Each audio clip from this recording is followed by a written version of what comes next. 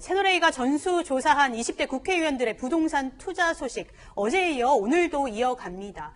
일부 의원들이 임기 중에 부동산 투자의 심장과도 같은 강남의 재건축 아파트를 구입한 사실이 확인됐습니다. 어떻게 된 일인지 짚어보겠습니다. 그러니까 김단비 취재팀장, 그러니까 누가 강남 재건축 아파트를 샀다는 거죠? 먼저 무소속 강길부 의원의 이야기입니다. 네. 지난해 강 의원은 배우자 명의로 강남 개포동의 시형 아파트 분양권을 샀습니다. 그런데 말이죠, 이 내년을 목표로 지금 공사가 한창인데 8억 5천만 원을 주고 산 분양권이 지금은 20억 원이 넘게 올랐습니다. 거주를 목적으로 샀다고 하지만 이게 시세 차익이 워낙 올랐기 때문에 투기 아니냐는 곱지 않은 시선이 일고 있는 겁니다.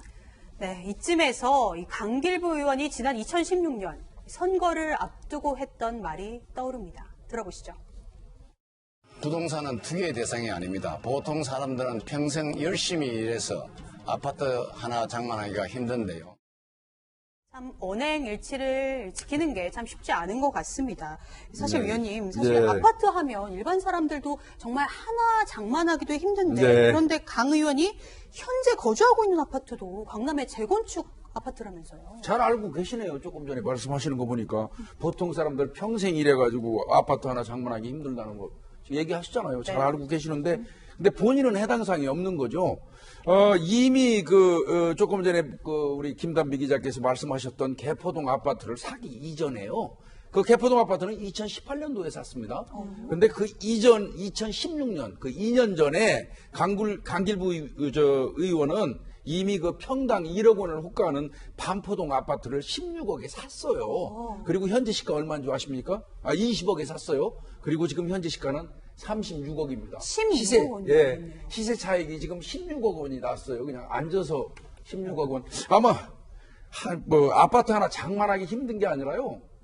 서민들은 아마 평생 동안 온 가족이 죽으라고 이러도 16억 버리기 힘들 겁니다. 그럼요. 네, 그런데 강길부 의원 배우자 명의로 이 재건축 아파트 분양권을 산 이유가 아내 때문이다. 이렇게 해명했죠. 그렇게 해명을 했어요. 아내가 관절염이 심하다고 말을 합니다. 그래가지고 공원과 가까운 그런 이제 아파트를 샀다라고 얘기를 하는데요.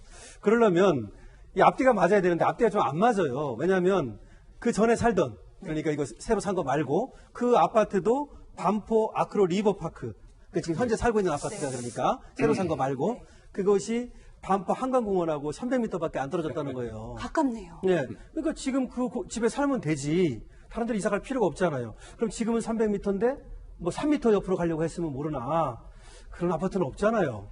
그러니까 조금 이해가 안 되죠. 네. 그러니까 재건축 아파트를 분양받은 게 투기 목적이 아니었다는 겁니다. 강길부 의원의 해명입니다. 루마치스 그건데 흐름을 제대로 못 봤습니다. 1가구 2주택이 된 것은 송구스럽게 생각합니다. 이렇게 아파트 가격이 오를 줄은 몰랐고.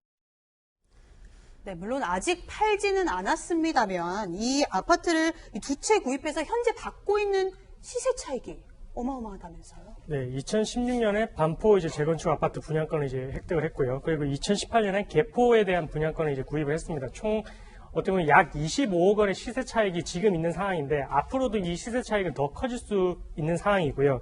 특히나 재건축 아파트의 분양권이 시세 차익이 오를 수 있는 큰 상황인데 특히나 강남에서 이걸 구입을 했는데 그럼에도 불구하고 집값이 오를 줄 몰랐다. 아파트 가격이 오를 줄 몰랐다라고 하는 게 조금 의문이긴 하고요.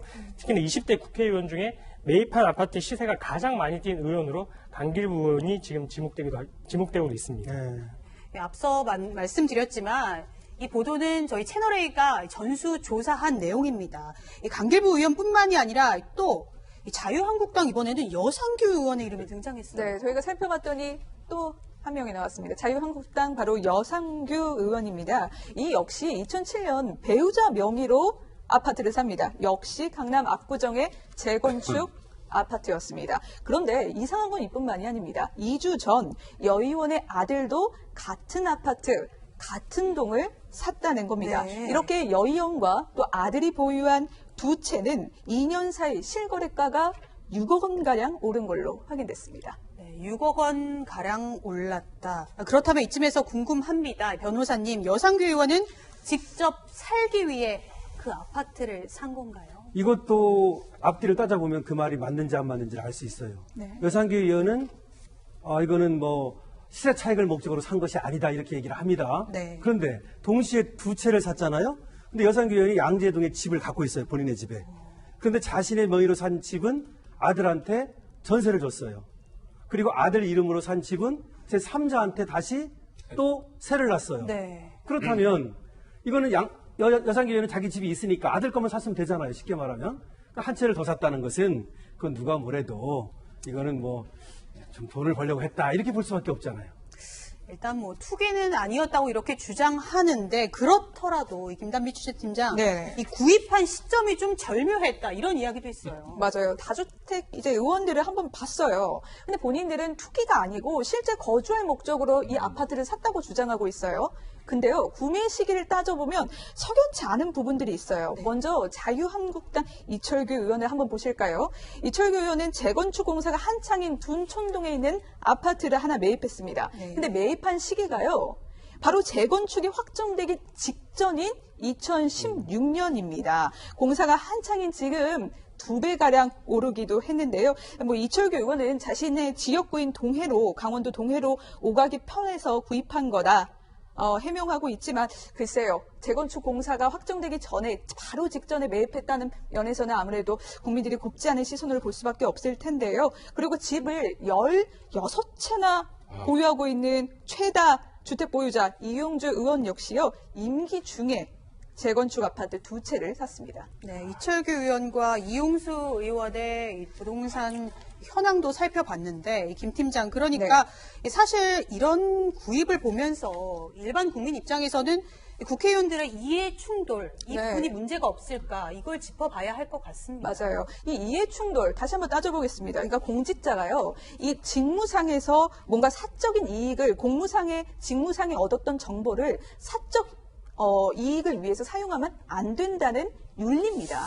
그런데 보십시오. 이 매입 시점이나 이런 것들을 보면 과연 이 정보를 이용하지 않은 건가? 국민들은 이렇게 의심해 볼 수밖에 없는 건데요. 우리가 또 한번 살펴봤어요. 그래 봤더니 20대 국회의원 가운데 임기를 시작하고 건물이나 토지를 매입한 국회의원들이 67명이나 됩니다. 거주 목적이라고 하는데 주택을 구입한 지역은 또 어떨까요? 살펴봤더니 46%가 투기 과열지구, 투기 지역이었습니다. 그러니까 앞서 우리가 봤을 때 압구정 재건축, 뭐 둔청도 재건축 이랬잖아요.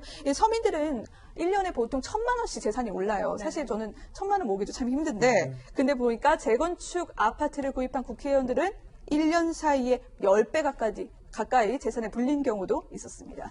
네, 뛰는 집값을 잡아야 할 의원들이 강남의 아파트를 몇 채씩 가지고 있는 그 모습을 보면서 글쎄요, 어떤 생각이 들까요? 전문가의 이야기 들어봤습니다.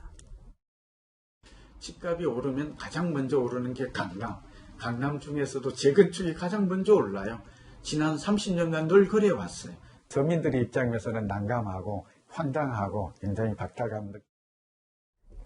이 문제는 사실 국회의원이라는 그 특수성 때문입니다. 변호사님, 이렇게 따지면 이 집값을 잡기 위한 법은 누가 만들고 또 이 정부의 부동산 대책을 누가 감시하냐 이런 지적이 나오고 있거든요. 그래서 중요한 얘기를 했어요. 국회의원은 법을 만드는 사람들이고요. 그리고 정부의 정책에 대한 감시와 견제를 하는 사람들입니다.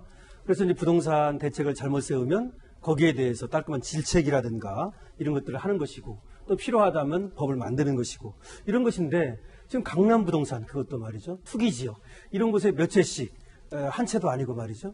이런 것들을 갖고 있다. 그리고 또 투기를 했다. 이런 것은 누가 봐도 국회의원의 국민에 대한 도리 이런 것들을 제대로 안 하는 것이고요. 둘 중에 하나만 가져야 됩니다. 원래 명예와 돈은 함께 갈 수 없는 것입니다. 네. 그래서 국회의원을 하고 싶다면 청렴하게 하고요. 돈을 벌고 싶다면 돈만 버십시오. 국민들은 그걸 바라고 있습니다. 네. 사실 이 부분도 짚어봐야 할 것 같습니다, 변호사님. 사실 투기 지역에 국회의원들이 부동산 투자를 했다.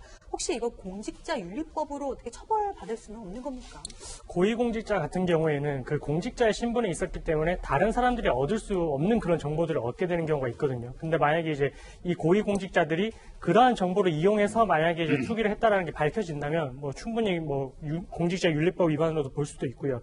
그래서 이 부분에 대해서 전문가들이 사전적으로 이런 걸 이제 막을 수 있는 조치를 취해야 되는 게 아니냐 이런 말들이 나오는데, 그래서 뭐 주식 같은 경우에는 이제 백지 신탁 위임이라고 해서 이제 그 제도를 두고는 있는데 부동산에 대해서는 아직까지는 그런 조치가 없습니다. 그래서 앞으로 이런 부분에 대해서는 좀 법안을 좀 발의를 해서 좀 정비를 해 나가는 게 좀 필요할 것으로 보입니다. 네.